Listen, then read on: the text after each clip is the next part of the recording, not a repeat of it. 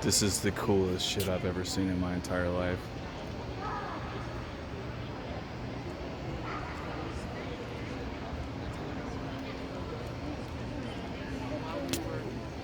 Space shuttle's over there. I'm going. SR-71.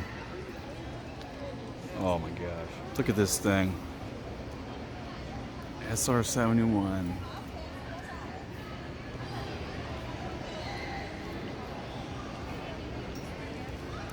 This is so cool.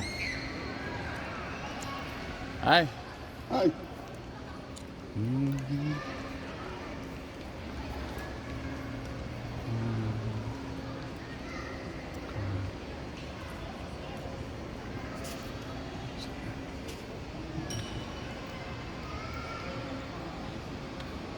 Oh my gosh. This thing is freaking sweet.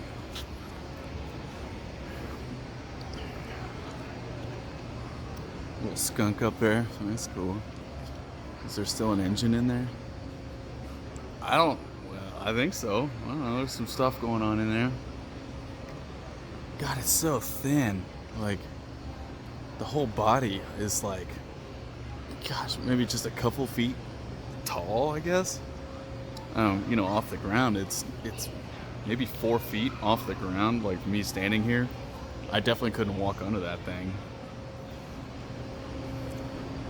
Heck, SR-71 here, but then look at this Corsair up there.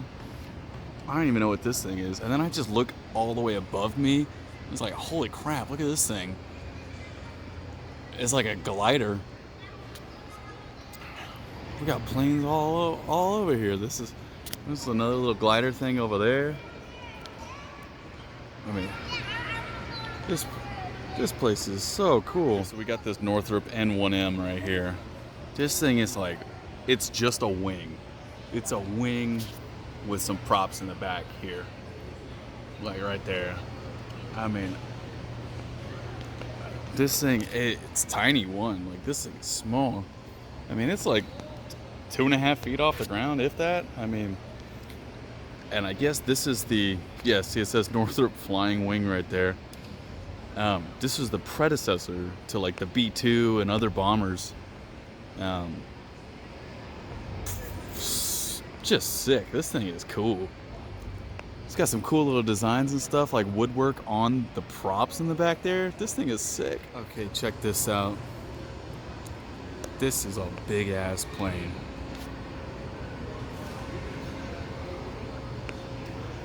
Four prop.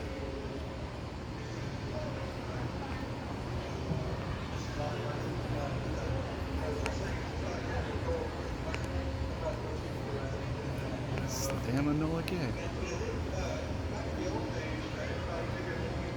Some commercial craft here.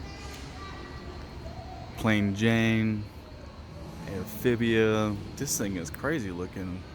It's an amphibia. I don't understand. It's got like a removable. Is it like a car that pulls out of it? And the prop is on the side, and you can just take it off and put it on the front. So it's like a car. Then the wings are detachable. So it looks like the wings are here, like you just back the car up to it.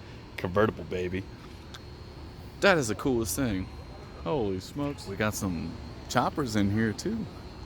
Spirit of Texas, baby. I think they used this in, I don't know, I was gonna make a bad joke, but this thing's cool.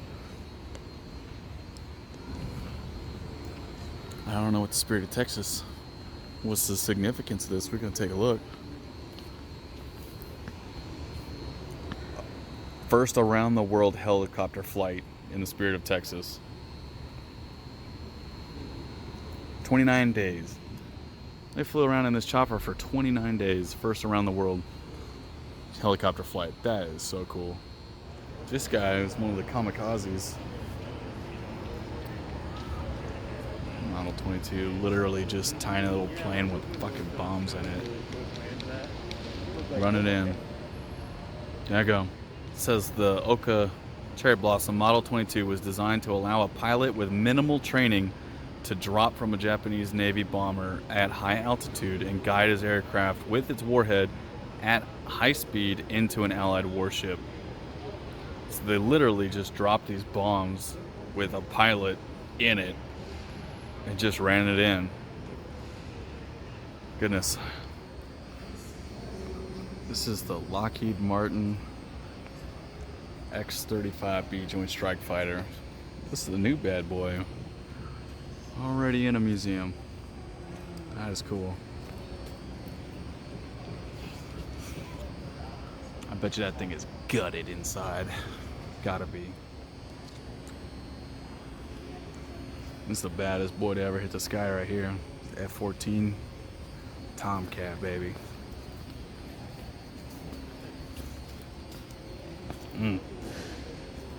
Very cool.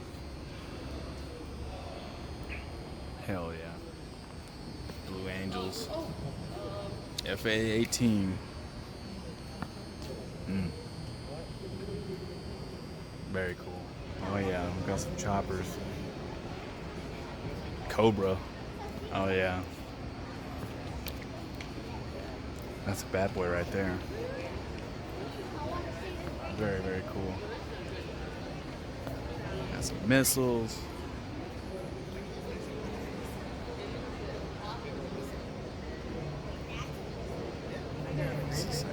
F-105. Very cool. This place is so cool. It goes on all the way down there. All the way down here. There is so much cool stuff here. This is insane. Oh, that's a good look at the Predator right there. Heck yeah, that's so cool. Corsair. Okay, here it is. Oh my gosh. Discovery Space Shuttle, baby. Heck yeah. This is it. This isn't a like a mock-up or replica or whatever. This is it. This is so fun. This is so cool. Look at this. Oh my gosh, it's ate up looking. It's got all these little panels on it that have these. They each have like some writing or something like that. There's writing on each of these little panels with like a dot on them and stuff, and I'm wondering if that's something to do with, you know, they tested every single one of them or something like that. I don't know. But like the panels on this thing, it's not like, you know, like sheet metal or something. Like it's got coverings of some kind of stuff on it. Like this is incredible. We got like a latch right here, a little doorway thing. You can see at the top there's hinges for like the top of it to like open up. United States, it says NASA over there. Oh my gosh.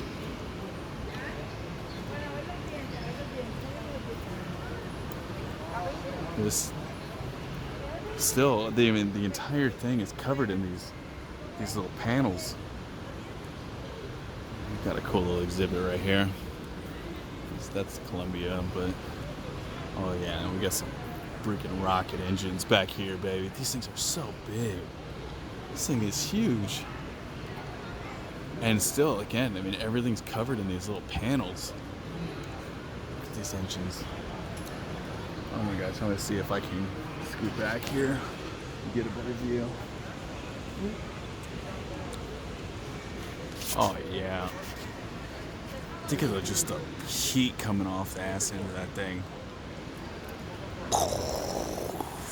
Oh my gosh. So cool. Number of all the 5 shots. It said 39 times into space. Most number of days on orbit, 365 of those 39 missions, and it went the longest distance in space, over 500,000 miles. Now there was a 6th shuttle that had been built, but that was a test vehicle called the Enterprise, and that was only used from 1976 to 1979 to test the flight characteristics of this vehicle to land as a glider. that's the one that's on the Intrepid in New York, right? Absolutely. It had been here from 2003 to 2011, and then it went up to the Intrepid Museum, and we got this shuttle in 2012 to replace it. And we sent the Enterprise up, well, NASA took it up to the Intrepid in 2012.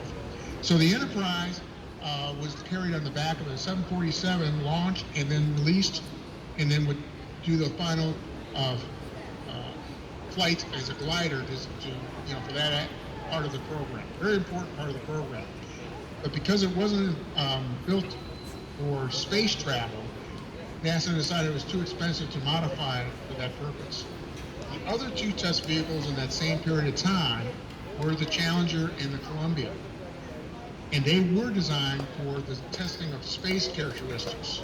And they were easily modified to become operational shuttles, starting in 1981 when they launched, 1984 when they launched the first shuttle mission.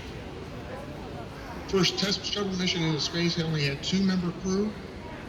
The maximum number of crew would be 10, but they never had that number on any shuttle. 8 was the most they ever took. 7 was the most typical crew size of the 135. I have a question for you. Sure. I read over there that the black tiles go where the shuttle endures the most heat upon re-entry, and Yes. the white tiles are for less areas that aren't as hot. Now, to me, that's almost counterintuitive because black absorbs heat and white reflects heat. So why are the black tiles underneath the shuttle? So the black tiles,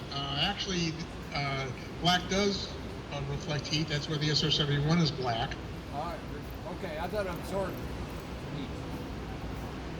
Well, okay. But the black tiles have a paint surface that adds to the thermal resistance of the material. The tiles are the same type of tiles on both the black and white tiles. They're 99.6% quartz silica, which is sand. But the paint surface on the black tiles increases its thermal protection to 2,300 degrees Fahrenheit, where the white tiles are only 1,200 degrees Fahrenheit. And then the quilt blankets on the side, quilt Nomex blankets on the side and the top are about 700 degrees of thermal protection.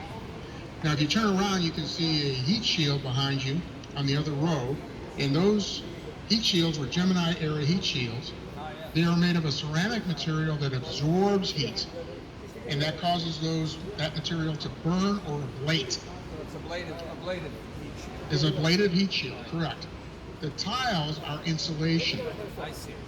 And they do not burn on re-entry. If they are damaged for any kind of reason, they can be replaced one by one. And the number on the tile gives them the exact, to the computer, to cut the exact size, shape, dimensions, and thickness of the replacement tile. Each of the 24,000 tiles is unique in its size, shape, dimensions, and thickness. Golly. There's also a hole on each tile in which they can inject the waterproofing material. I can't pronounce this word, but DMES, dimethyl something. I see the hole in there. I never, I see it, but it didn't register to me until you mentioned it. Yeah, it's a highly toxic waterproofing material. It takes a full bodysuit crew to inject each and every tile with that waterproofing material. In Florida, where you have a lot of humidity, that's water vapor. And these quartz silica tiles are highly absorbent, more absorbent than a sponge.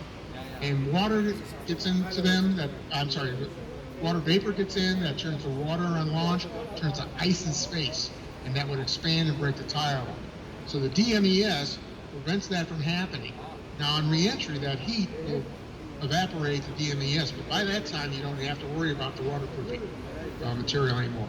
So each flight, they go through, they inspect the tile for damage, replace the tiles that need to be replaced, they waterproof every single tile one by one, and then they inspect everything to make sure it's ready for launch. Now that's a $750,000 rotation job. The engines are completely refurbished between missions. These engines only fire for 8 minutes. The main engines on the shuttle. They fire for 8 minutes. And between missions, they're completely refurbished. Can you imagine taking your car in after 8 minutes of driving But they have to be. for an engine overhaul? They have to be 100% operational. Yeah, absolutely. But this process was far cheaper than having to replace the entire surface with a heat shield. Right.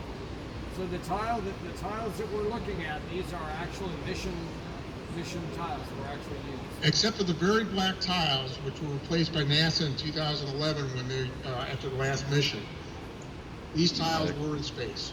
Here. They got the white styration on them, white or gray styration. Yeah. They went into space. Yes. That's the silica underneath the paint, right? No, actually, it's an effect of reentry, friction, creating heat and creating that kind of styration. Oh, okay.